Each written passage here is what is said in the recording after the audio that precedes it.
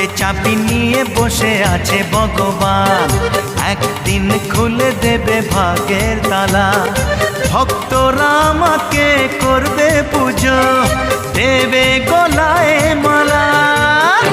আমি না